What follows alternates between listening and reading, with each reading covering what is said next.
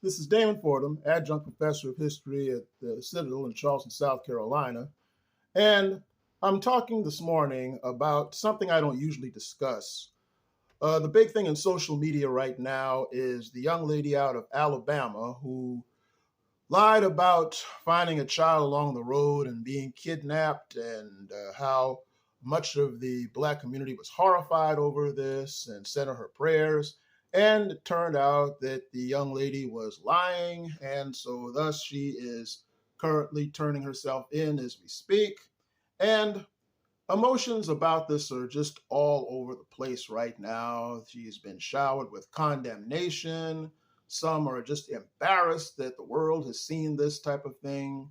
And so, oftentimes, in these times of confusion, where there are not the type of leaders that could lead the people's emotions into constructive directions, folks go all over the place.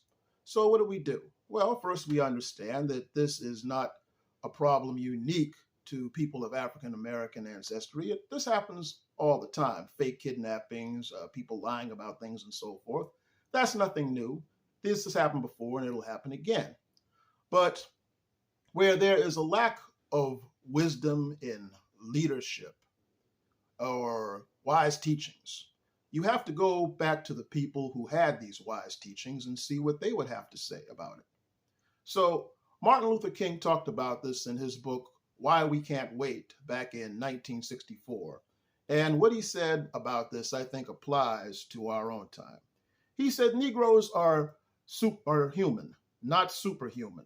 Like all people, we have varying, different personalities, diverse financial interests, and basically different methodologies of doing things, as well as different motives. He went on to say that no one can pretend that because a people may be oppressed, that every person is virtuous and worthy.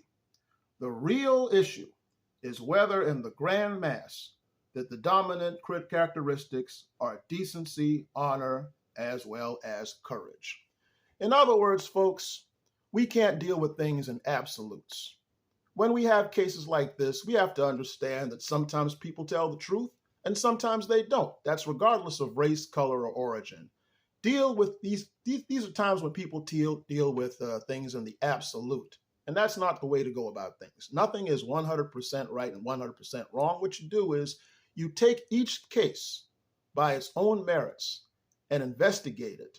And once you make sure that you're dealing with something that goes by logic and reason and not necessarily emotion, then you move forward and go on from there. This is Damon Fordham.